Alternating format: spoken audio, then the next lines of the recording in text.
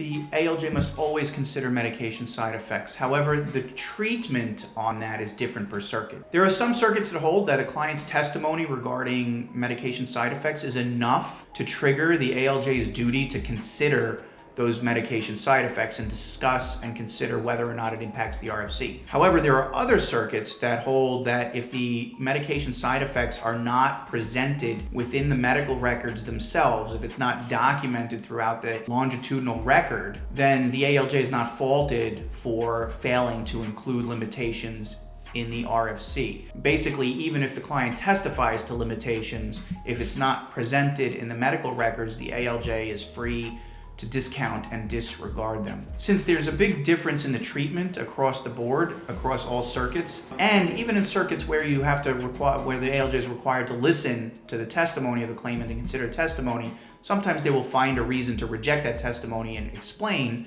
it's not credible because it's not in the medical records. What I suggest to our referral partners generally is try to get a medical source statement on the issue of medication side effects.